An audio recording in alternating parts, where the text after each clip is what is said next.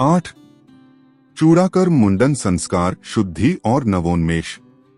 चूड़ाकर्म या मुंडन संस्कार शिशु के जन्म के पहले वर्ष के अंत में या तीसरे, पांचवें या सातवें वर्ष की समाप्ति से पहले किया जाता है।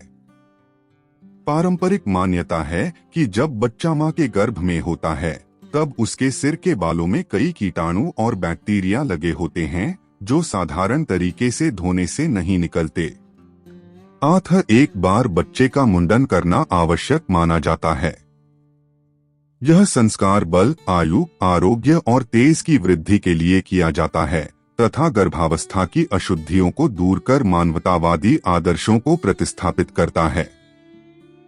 वैज्ञानिक दृष्टिकोण से मुंडन से सिर की त्वचा और बालों की बेहतर सफाई होती है, जिससे कीटाणु और बैक्टीरिया के प्रजनन को रोका जा सकता है। यह सिर की त्वचा पर होने वाले फोड़े, फुंसी और अन्य संक्रमणों से बचाव में सहायक हो सकता है। हालांकि मुंडन के दौरान स्वच्छता और सावधानी बरतना अत्यंत महत्वपूर्ण है, क्योंकि शिशु की त्वचा नाजुक होती है और संक्रमण का खतरा रहता है। मुंडन कराने से बच्चे के शरीर का तापमान सामान्य हो जाता है, जिससे दिमाग और सिर ठंडा रहता है, खासकर गर्मी के दिनों में। शिशुओं का थर्मोरेगुलेशन सिस्टम अपरिपक्व होता है और उनके सिर के माध्यम से काफी गर्मी निकलती है। दांत निकलते समय होने वाला सिरदर्द और तालू का कांपना भी मुंडन से कम हो सकता है। यह एक आम धारणा है कि मुंडन करवाने से बाल घने और मजबूत आते हैं।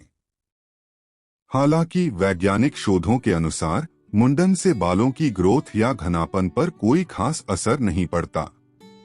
बालों की जड़ें, हेयर फॉलिकल्स त्वचा के नीचे होती हैं और शेविंग से उन पर कोई प्रभाव नहीं पड़ता।